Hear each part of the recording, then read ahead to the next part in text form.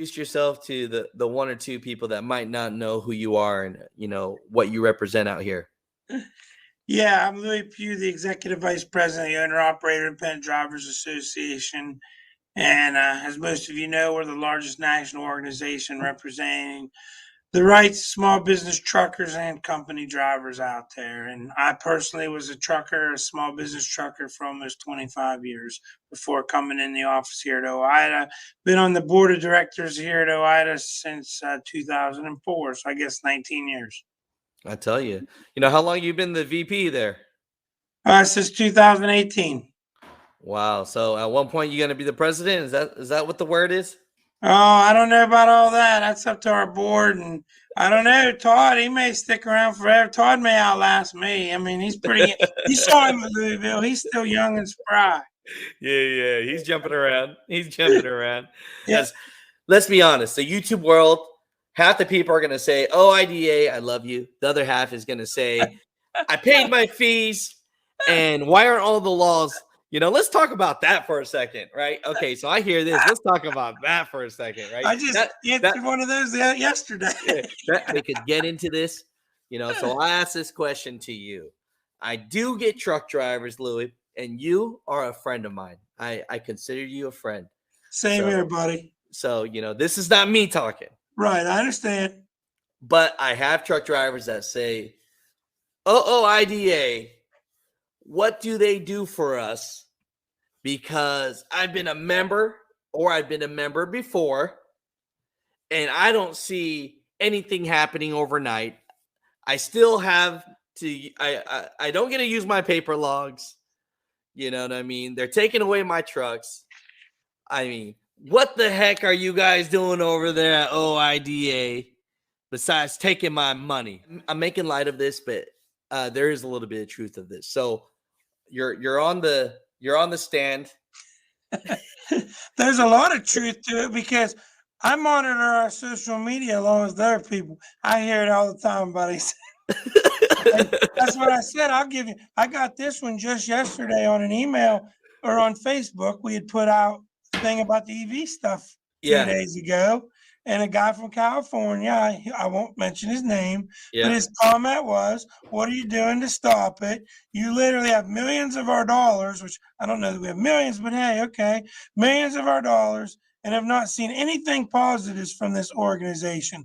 All you do is tell us what's to come, and so why don't you start doing something about it? Hey, that same guy is emailing me too, okay? So what I told him, okay, because I'm not shy. I just said OOIDA has been fighting for lots of things and made lots of positive changes in the trucking industry. And I said, but we can't do it alone. Members need to be active, which is very important.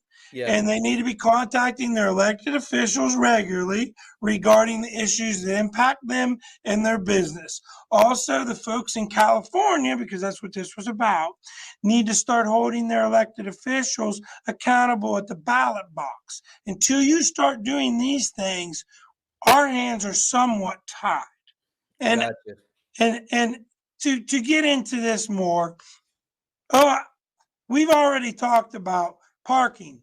OOIDA, petitioning FMCSA for hours of service, OOIDA, petitioning OOIDA or petitioning FMCSA for broker transparency, OOIDA, trying to get overtime exemption removed from the Federal Labor Standards Act, OOIDA, the fair leasing rules that all lease contracts, if you're leased to a motor carrier, have to follow.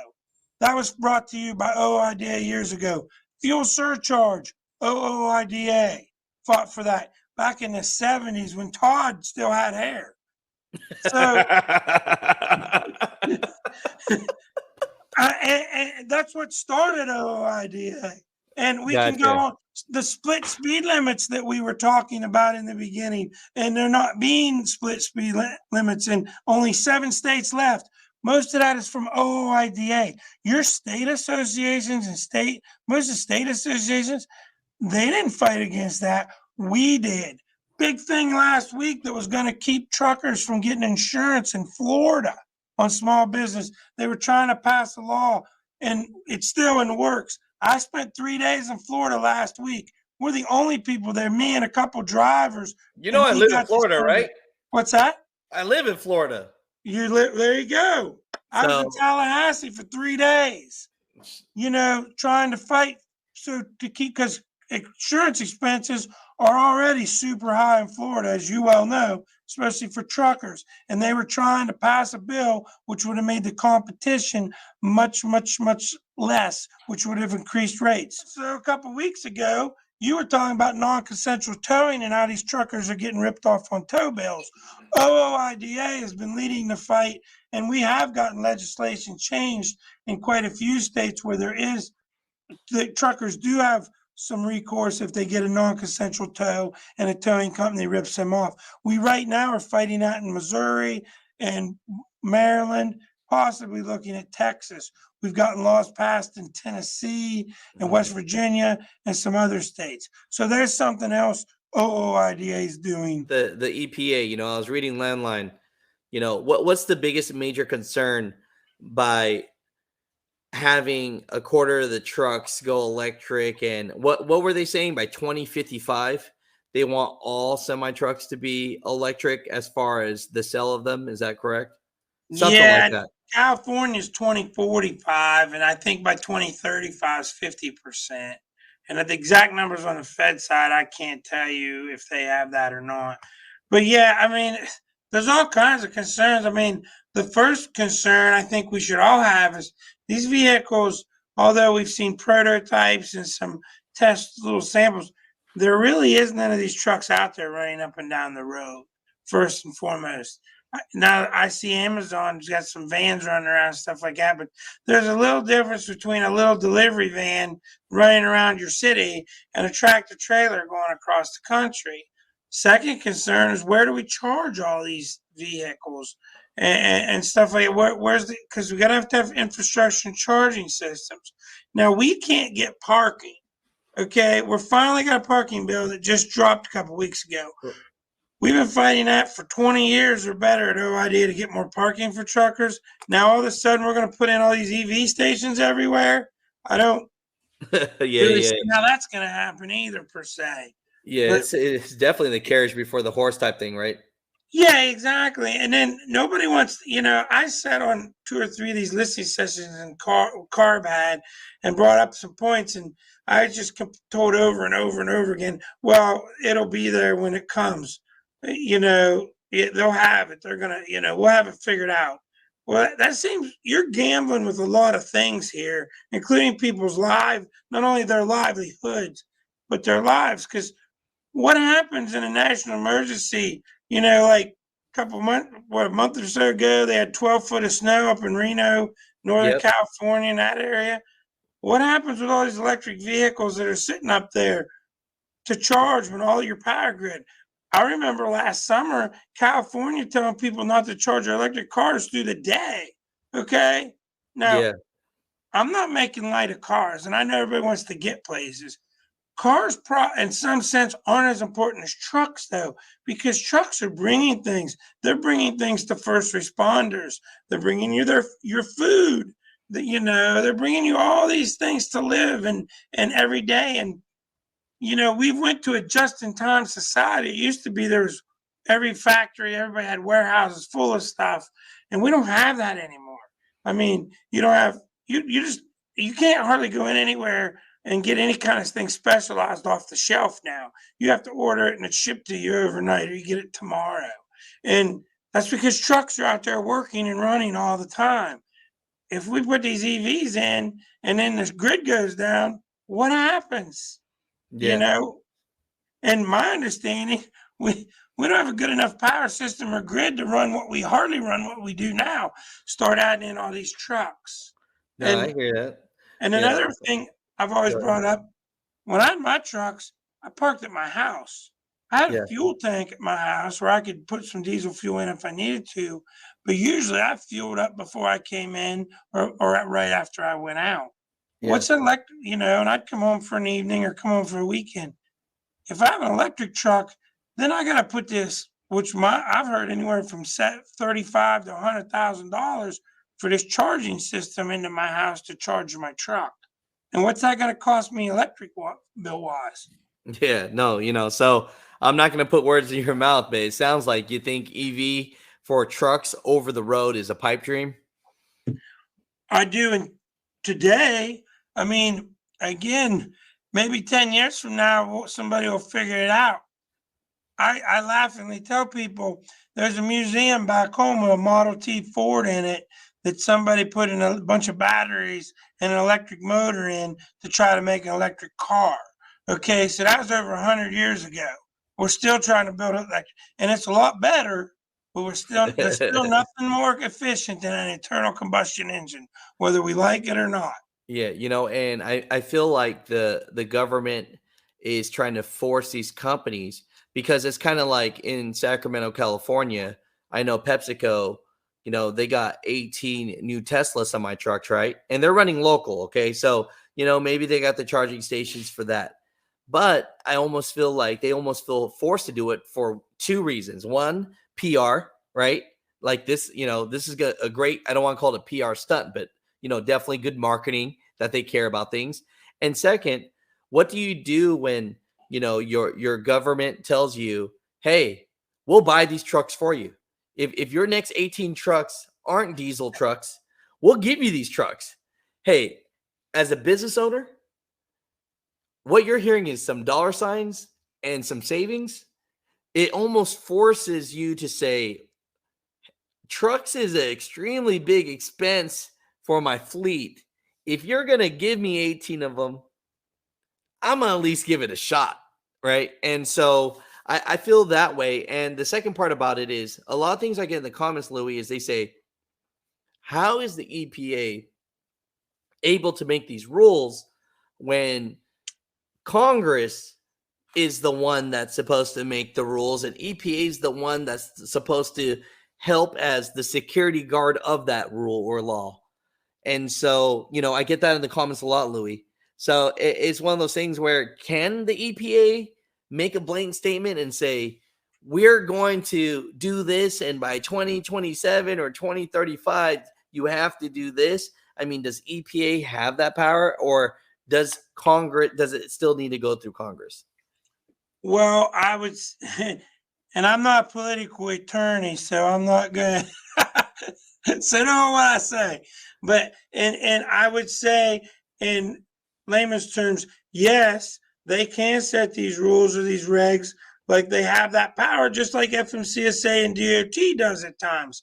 Now, Congress can then come in and say yay or nay or defund it or something like that as well. And we've seen that happen. We see that happen in trucking regulations all the time. Or Congress can say, EPA, this is what you're going to do by this, ELDs and I go back to the DOT side. ELD is a prime example. Right. Congress said, FMCSA, you're going to mandate ELDs and you're going to do it by this time. So FMCSA did. And everybody's mad at FMCSA. And granted, there's times to be mad at those people, but this one wasn't their fault. This one came from Congress. Right now, I go back to what we said in the beginning. Speed limiters, FMCSA was petitioned to come out with a ruling or on speed limiters, which they can. If they do, Congress can defund it or whatever. So EPA would work the same way.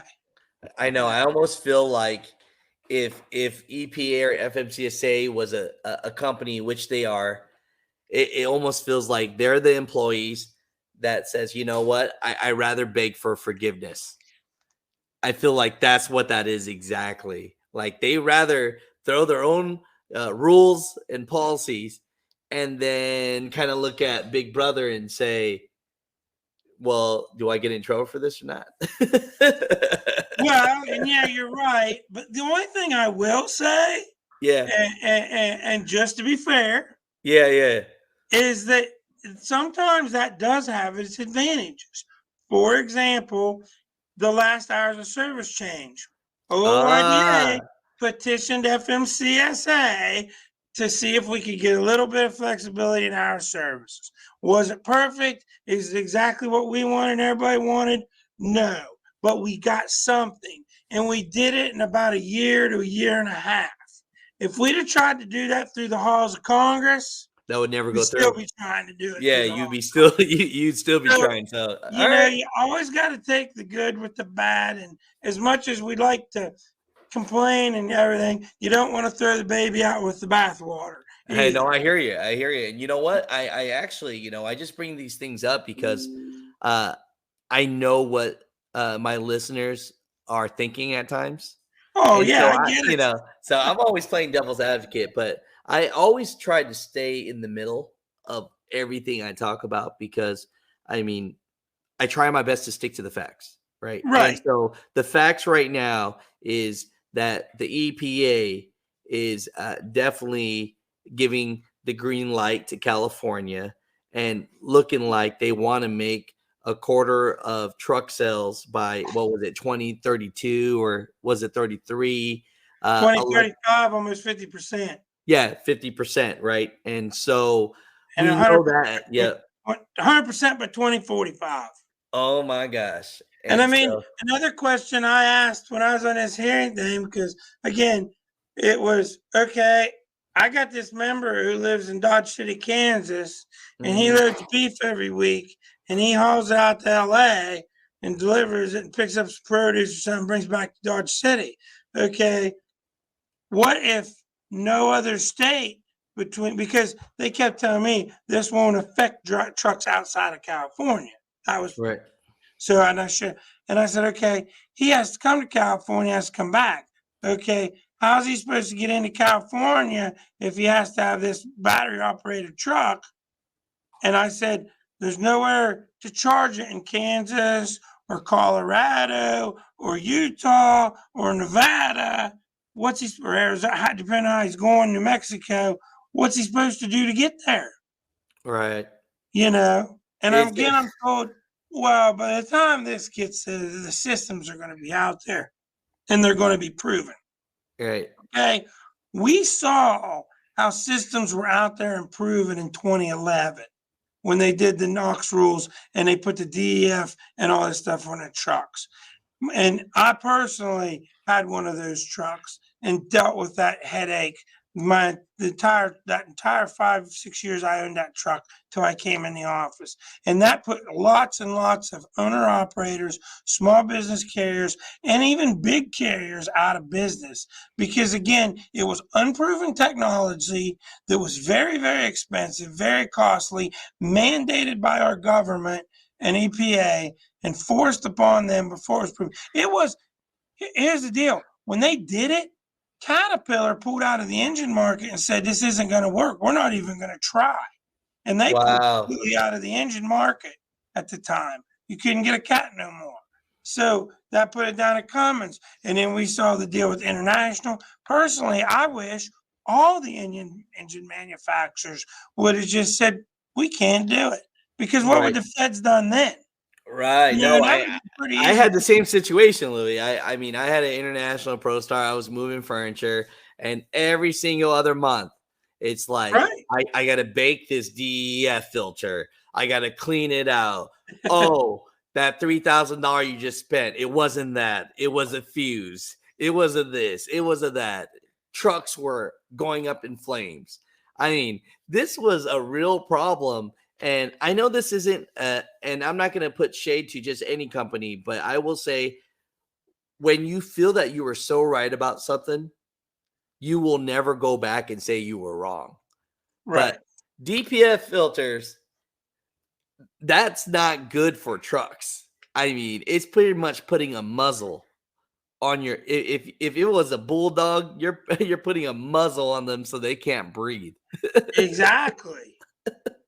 And so I see what you're talking about. And so, today it looks like we're just letting the general public know, is there, what are we doing? Is OOIDA as an organization, are you guys fighting the EPA on this as far as saying that it's too soon? I saw articles on Landline on that. What are your attempts, or what are your thought process on this? Oh yeah, completely. OOIDAs already started fighting. We've been on a couple national news organizations. Todd, I think, was on Fox last week talking about how crazy this idea is. You know, we've already reached out to members of Congress and the House. You know, the Senate's already spoke out against it. Deb Fisher on the Senate side. We got some House members that are speaking out against this. So we got a full court press on Capitol Hill. We'll be submitting comments on this and how terrible this idea is. And members need to as well. You know, I can't stress enough. Go to fightingfortruckers.com. It's a website that OOIDA has. We put all of our stuff that's going on politically on there, regulatory, legislatively, whatever's being worked on. Name one more time, Louis. Fightingfortruckers.com. And it's a great website. It tells you what all's going on in the advocacy front. You can find your lawmakers on there if you don't know who they are, and you can send your lawmakers messages, or if there's something to file comments, you can file comments. That's it right there. And I tell everybody, you can go on there and file a comment or send something to an elected official, a comment to them as fast as you can comment complaining about it or bitching about it on Facebook, Twitter, or any of these other places, or on your forum or my forum or anybody else's forum. And by sending it to these people, it's actually going to get somewhere where it will do some good, hopefully. The right people are hearing it. You know, right now in the streets of the trucking world, you know, people are getting permits. They're fighting for more broker transparency. They're doing a lot of those things right now. That seems to be a big one on my side that I'm hearing. You know, there's one happening on May 1st. I believe they got an approved permit to not bring their semi trucks, but to be across from the Department of Transportation and to, you know, be able to have their right to protest. And so they want all working hours. They want broker transparency. They want those type of things. And as of now, just to clarify to people, if you ask a broker for a rate con, they have to give it to you, correct? Well, depends what your broker carrier agreement says. They're supposed to by federal regulation. And you're right, OOIDA wants broker transparency. The whole reason broker transparency is at FMCSA right now is because OOIDA petitioned it back in 2020 for to rule on this broker transparency. The reg's been on the books forever. You know, I think it's 371.3. It's been there forever. The problem we see, and we see this every day, is brokers put in their broker carrier agreement, they exempt you. You exempt yourself from that regulation as a carrier when you sign on. Yeah. If you've signed that broker carrier agreement and that's in there, then you've exempted yourself. Now, if you haven't done that, then yes, they're required. The problem is what we see is they want you to come to their office. For example, you pick up a load in Ohio, you take it to Florida, the broker's in California, you never go to California. You ask him and he tells you, well, you come out here to California and I'll show you what it was. Nobody's going to do that.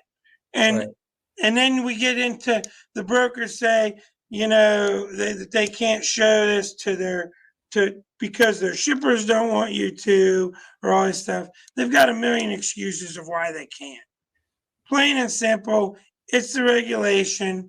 We at OOIDA, when we petitioned for this with FMCSA, it was one, we want to know if it's legal because we don't think it is for any broker carrier agreement to have anybody exempt themselves from federal law. How does one private business let another exempt? That'd be like me hiring you to drive my truck and you sign a paper saying you're exempt from hours of service so I can make you work more. We know that ain't legal. So that's the first thing. Second thing, OOIDA we want them to do is they have to be able, they submit this electronically. Come on, you do your broker carrier agreement over the computer. They can pay you electronically. They can do all these things now with the World Wide Web. I can talk to you right now. So you can't tell me they can't send copies to you of what the transparency, what the load paid. And if their shipper has some sort of thing, you sign a non-disclosure agreement. It's that simple. Businesses use non-disclosure agreements every day. We sign them, everybody signs them. I was going to say about the NDA, because some people are on the other fence, right? And they say that, broker transparency is going to help hurt a lot of businesses, because when someone knows what that pure rate con is, a guy with 20 trucks might not be able to run it, or he might be able to run it cheaper than the other guy. So it's just going to undercut more, right? So your thoughts are the NDA would keep from that happening? Yeah, and you got legal recourse. What we mainly hear, for example, the example they use is Coca-Cola doesn't want Pepsi-Cola to know what they're paying to get their freight moved. Okay. Right. For one, I doubt the trucker is going to tell Coca-Cola, but if they did, all they got to do is sign a non-disclosure agreement, and then technically they can. If they do, they got legal recourse against them. Right. Okay. No, I hear that. It's a weak argument. Okay. It's in the rule book. Just do what you're supposed to do. Right. And if you're paying people fairly and treating people fair, brokers got to make money too. Okay. Right. We all got to make a little bit of money or we won't be here. Brokers are a necessary evil, maybe you could say. They're necessary, for people to use to get back. And a good broker that's paying people fairly will always have trucks, will always have good freight, and will always do well. Brokers who don't, then they'll be gone, hopefully. Unfortunately, we got a couple big brokers that aren't very good. Some of them, they got a 3-letter acronym that nobody's calling for them. But with that being said, a three-letter acronym. Are you throwing out shots? Does it start with the T or end with the L? What are we got? Hey, you can take that however you want, buddy. But I get stories in here, and with that great broker with the 3-letter acronym, I get charges in here every week where a guy leaves a shipper or a receiver with a clean bill of lading. Yeah. No problem. And then 2 weeks later, they said he had a claim. There's a claim. The customer's telling them, and it's $500 or it's $1,000. It's always an even number. And we ask for proof, but they say you've contracted your right away for that proof. That's where if we had some broker transparency, they'd have to share. And I don't believe for 5 minutes that every claim that comes through that broker is an even $500 or $1,000. I hear what you're saying. No, or whatever. This is where we're at with this, right? So exactly. So here's the big question. Then people have the biggest debate of what it's going to take to change these freight rates, and the number one answer is, I truly believe drivers control those rates, right? If all drivers didn't drive for under a certain amount, then rates would go up. That's 1,000% I know is true.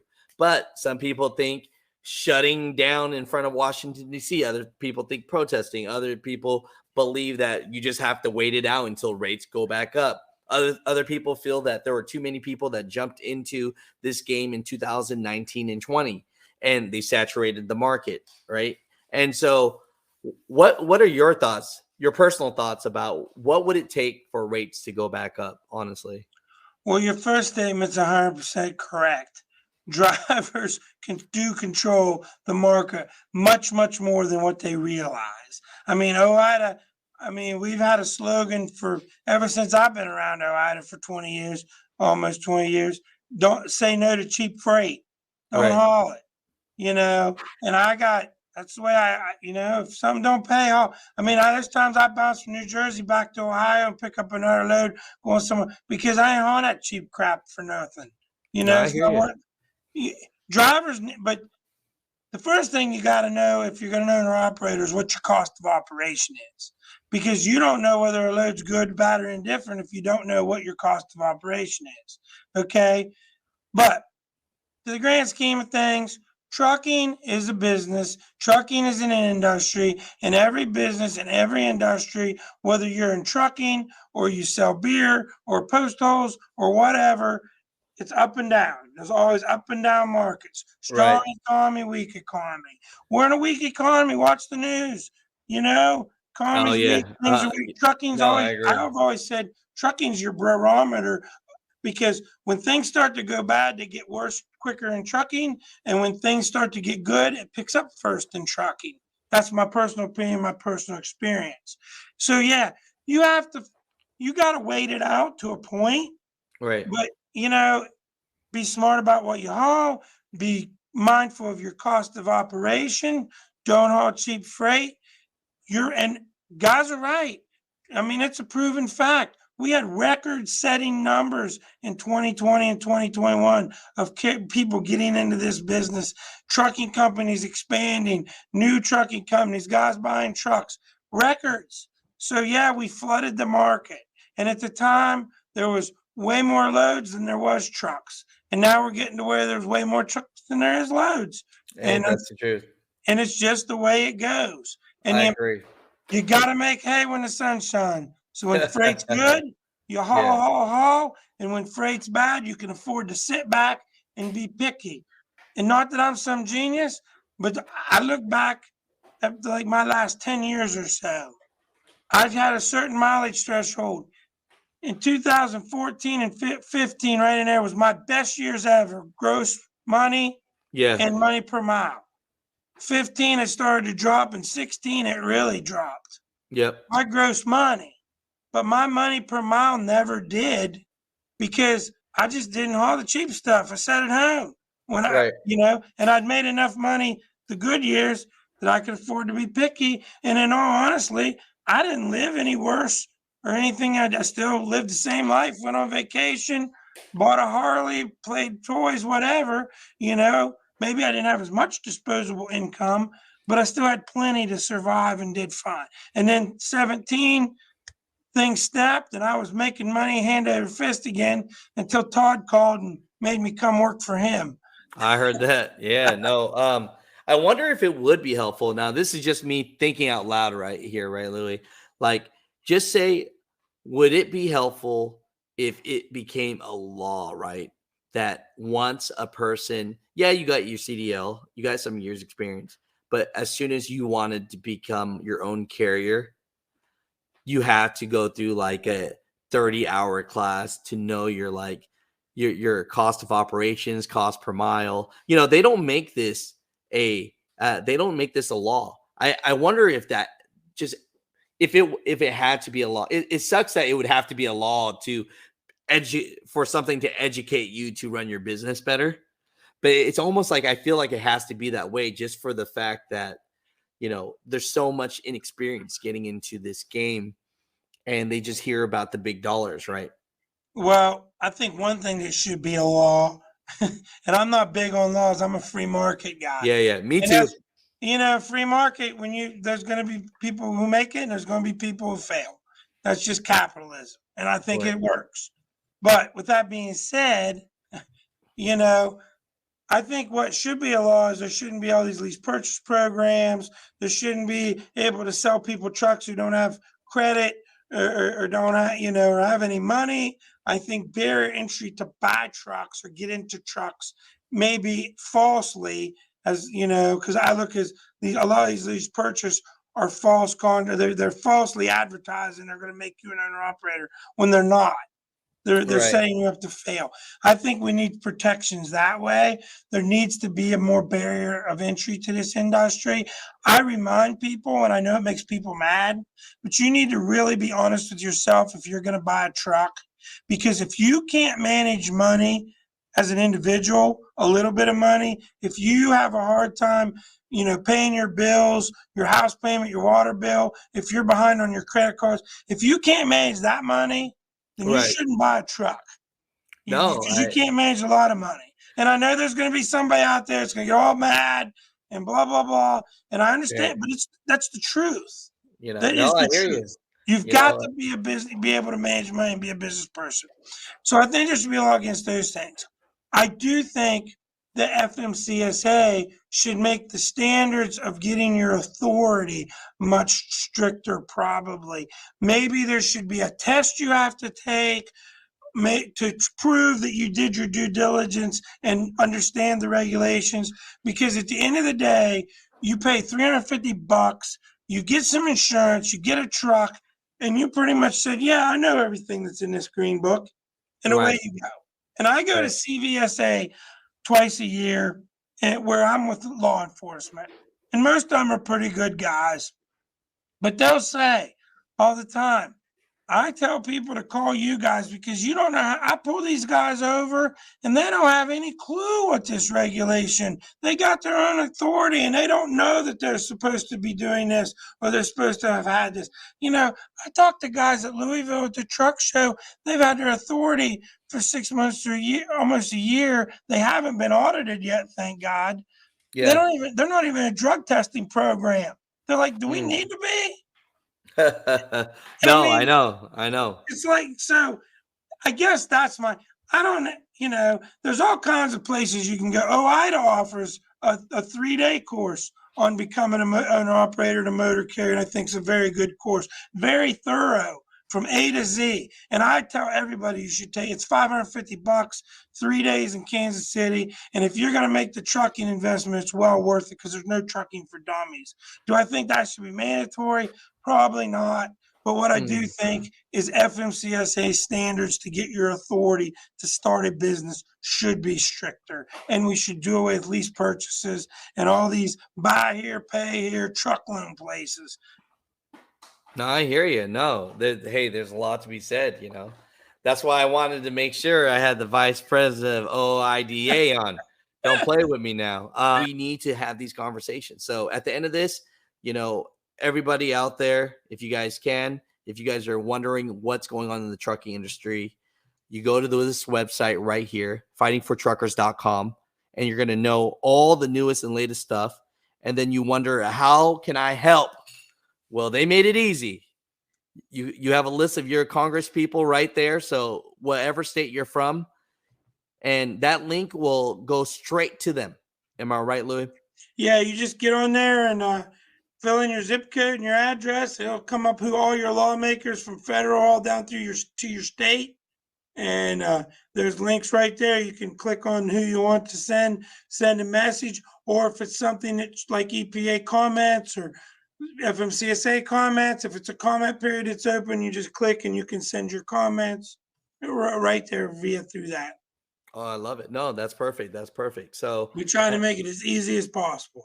At the end of this, what would you like people to know or call to action? What would you like from them, the people that are listening to this? What would I like them to know? Like them to know or do? I'd like them all to join OOIDA. And I mean, seriously, in all seriousness, the bigger we are, the more together we are, the more powerful we are. And everybody going 20 different directions is what our government likes, because they can pretty much do what they want. If we all go as one, we're pretty hard to beat. And, OOIDA was founded in 1973 by small business truckers, and we're continue that forever.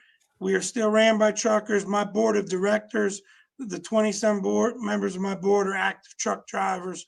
Todd was a truck driver. I was a truck driver, so we get it. If we're not doing it now, we at least know what you're going through. And that's why I joined OOIDA so many years ago. And you can call me. If you got a problem or you got a question, how many organizations can you pick up the phone and talk to the vice president or even the president, Todd? We'll talk to you. You saw me at truck shows. I was there, talked to lots of members, lots of people that weren't members. And, if you call me, if you don't want to know what we're doing or you don't think we're doing it, call me. We'll talk about it. So we're perfect. Here, we're accessible, and we are fighting for you.